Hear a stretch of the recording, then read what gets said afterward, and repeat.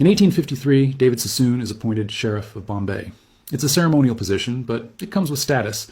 He's now officially part of the colonial establishment. In 1872, his son Abdullah, who goes by the English name Albert, is made a Knight Commander of the Order of the Star of India, a British title for a Jewish merchant whose fortune came from drugging China. In 1873, Albert becomes the first Jew ever granted the freedom of the city of London. Not even the Rothschilds, the wealthiest Jewish family in Europe, had received this honor yet. The Sassoons were now more respectable than the Rothschilds. Think about that. This is how you launder a drug fortune. You don't hide it, you showcase it. You plaster your name on every building. You donate so conspicuously that questioning the source becomes socially unacceptable. And you align yourself so tightly with power that attacking you means attacking the empire itself. The Sassoons understood this instinctively. Every school, every hospital, every library, every dock. It's not just charity, it's insurance, it's buying silence. It's making sure that when the history books are written, you're remembered as a benefactor, not a drug lord. And it works. To this day in Mumbai, the Sassoon buildings are landmarks. Tourists visit them, historians study them, and almost nobody mentions the opium. In 1949, the Chinese Communist Party wins the Civil War and takes control of mainland China. And one of the first things they do is nationalize all foreign assets. Every building Victor Sassoon owns, every business, every investment, gone, seized by the state, no compensation. He loses everything, overnight. Over $1 billion in today's money just erased. Victor flees Shanghai with whatever liquid assets he can carry and relocates to the Bahamas. The Sassoon Empire in China, built over a century, is finished. Completely and totally finished. And the irony is brutal.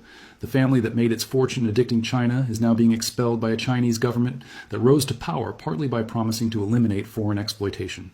The Communist Party used the memory of the Opium Wars and the memory of foreign merchants like the Sassoons destroying Chinese society as propaganda to justify their revolution. The Sassoons didn't just lose their assets, they became a symbol of everything China was rejecting. Meanwhile, back in England, David Sassoon and company is also collapsing. By 1939, the family's direct involvement ends entirely.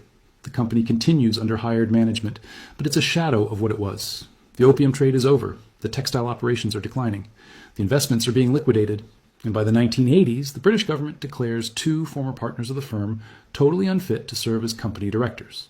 That's an official finding. The remnants of the Sassoon business are so badly managed, so dysfunctional, that the government steps in and bans the people running it. The empire, that once controlled 70% of global opium trade, that shaped the economy of India and China, ends not with a bang, but with bureaucratic humiliation. The buildings remain, the libraries, the docks, the hospitals, they're still standing in Mumbai. But the family is gone, scattered, forgotten by most. The name Sassoon means nothing to the average person today. A few historians know the story, a few finance scholars study them as a case study in merchant empires. But they're not household names like Rockefeller or Rothschild. They've been erased from popular memory. And here's the lesson. Drug empires are always temporary. They make fortunes. They corrupt institutions. They destroy lives. But they don't last. Because eventually the market shifts, the government turns, or the family itself implodes. The Sassoons made billions in today's money. They shaped India. They addicted China. They built infrastructure that still exists. And within 3 generations, they were gone. The Sacklers are following the same path. Purdue Pharma declared bankruptcy in 2019. The family has been stripped of some assets. They paid out roughly $4.5 billion in settlements. Museums are removing the Sackler name. The Louvre removed it. The Tate in London removed it. The Metropolitan Museum of Art stopped using it. The family is being socially exiled. But here's the critical detail. $4.5 billion in settlements out of an estimated $20 billion in total wealth. That means they kept $15 billion. Most of the money is still there, hidden in offshore trusts, shielded by legal structures, distributed among family members who weren't directly involved in Purdue Pharma. The family has been held accountable just enough to make headlines, but not enough to actually lose everything. And the next generation will reemerge somewhere else, under different names, running different operations. Because that's how these dynasties work. They don't disappear, they dissolve, reappear, and adapt. Look at the broader pharmaceutical industry. Johnson & Johnson, currently being sued for its role in the opioid crisis. They made the raw materials for opioid production. They knew where their product was going. They knew it was being overprescribed. They did nothing. McKesson, AmerisourceBergen, Cardinal Health, the big 3 drug distributors, they shipped billions of opioid pills into small towns, far more than any legitimate medical need would justify. They had data showing pharmacies ordering suspicious quantities. They shipped anyway.